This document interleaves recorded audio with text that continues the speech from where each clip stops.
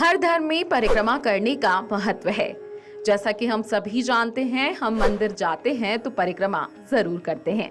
मंदिर में प्रवेश करते ही हम मंदिर में लगी घंटी को सर्वप्रथम बजाते हैं। उसके बाद प्रभु का वंदन करते हैं और नतमस्तक होकर प्रणाम करते हैं। उसके बाद बारी आती है भगवान या मंदिर के परिक्रमा करने की। जी हाँ, सनातन धर्म के महत्वपूर्ण वैदिक ग्रंथ ऋग्वेद में परिक्रमा का जिक्र मिलता है।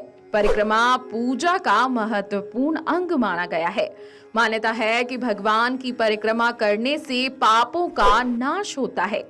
ज्यादातर एक बार या 3 बार लोग परिक्रमा लगाकर पूजा को पूर्ण समझ लेते हैं, लेकिन ये कितना सही है या नहीं पता नहीं होता। भगवान या मंदिर की परिक्रमा करने के कुछ नियम भी हैं और तरीके भी। साथ ही किस दिशा में परिक्रमा शुरू करना चाहिए, यह भी ध्यान रखना बेहद जरूरी है, क्योंकि परिक्रमा करने की दिशा भी ईश्वर के आशीर्वाद को प्रभावित करती है। इसलिए जब भी आप मंदिर में परिक्रमा करने जाएं तो आपको पता होना चाहिए कि आपको परिक्रमा कब और किस दिशा में और कितनी करनी है। परिक्रमा करने के अपने नियम होते हैं। सभी भगवान की परिक्रमा अलग अलग होती है। जैसे हनुमान जी की 3 बार परिक्रमा करनी चाहिए, जबकि सूर्यदेव की 7 बार और गणपति भगवान की 4 बार परिक्रमा करते हैं। वहीं भगवान विष्णु और उनके सभी अवतारों की 4 बार परिक्रमा की जाती है, जबकि माँ दुर्गा की परिक्रमा 1 बार ही करनी चाहिए। इसके साथ ही शिव जी की आधी परिक्रमा की जाती है। जी हाँ, हमेशा ध्यान रखिएगा कि शिव जी की आधी परिक्रमा होती है। इसके पीछे यह मान्यता है कि जलधारी को लांघना कभी नहीं चाहिए। अगर आप जलधारी तक पहुंचकर वापस लौट जाएं, यही सही परिक्रमा है। यदि जलधारी लांघ ली तो परिक्रमा पूरी नहीं मानी जाती। इसलिए आप हमेशा ध्यान रखिएगा कि जब भी आप भोलेनाथ की परिक्रमा दें तो कभी भी आपको पूरी परिक्रमा नहीं देनी है। जलधारी से पहले ही आपको लौट जाना है। सामान्य तौर पर मंदिर या प्रतिमा के गोल घूमकर परिक्रमा करनी चाहिए, लेकिन कई मंदिर में या प्रतिमा के पीछे जगह नहीं होती।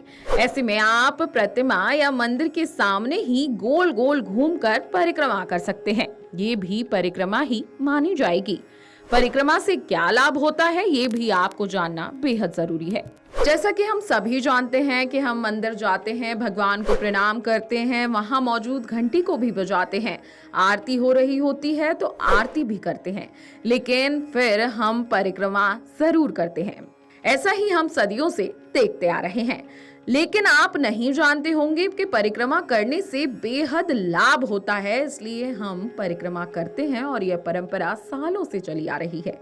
दरअसल शास्त्रों के अनुसार मंदिर और भगवान के आसपास परिक्रमा करने से सकारात्मक ऊर्जा शरीर में प्रवेश करती है और ये ऊर्जा व्यक्ति के साथ घर तक आती है, जिससे सुख शांति बनी रहती है।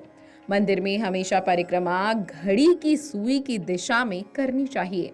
इससे भी आप समझ सकते हैं कि आपको हमेशा भगवान के दाएं हाथ की तरफ से परिक्रमा शुरू करनी चाहिए। परिक्रमा करने के दौरान अपने इष्ट देव के मंत्र का जाप करने से उनका शुभ फल आपको मिलता है। जब भी आप परिक्रमा करें उसके बाद आप मंदिर या भगवान को धोख जरूर दें। ये बेहद ही शुभ और उत्तम माना जाता है। वीडियो डेस्क जीवांजलि.com। अगर आपको हमारा ये वीडियो पसंद आया हो तो हमारे चैनल जीवांजलि